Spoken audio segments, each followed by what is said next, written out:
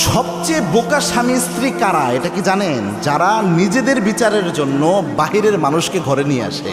এদের মতো বোকা কেউ নাই। এখানে একটা ঘটনা ঘটে, এটা হাদিসের আলোকে পাওয়া যায়। দেখেন, গুরুত্বপূর্ণ একটা বিষয়। অনেকের মধ্যে এই স্বভাবটা আছে যে স্ত্রী একটু দোষ করেছে, স্ত্রীর একটা সমস্যা, দুইজনে মিলে আলোচনা করে সমাধান করবে কই থেকে, বাহিরের মানুষকে বলে বেড়ায়।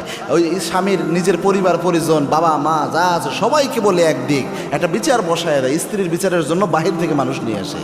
অনেক মহিলার এই স্বভাব রয়েছে, নিজের স্বামীর বিচার করানোর জন্য বাহির থেকে মানুষ হায়ার করে নিয়ে আসে। এই যে তৃতীয় পক্ষ, অনেক সময় তৃতীয় পক্ষের সাথে দুষ্ট জিন এখানে যুক্ত হয়ে, ইবলিস যুক্ত হয়ে পুরো সংসারটা তছনছ করে দেয়। মারাত্মক একটা বিষয়। আল্লাহর হাবিবের একটা হাদিস রয়েছে, হাদিসটা মাথায় রেখে এই ক্ষেত্রে কাজ করবেন।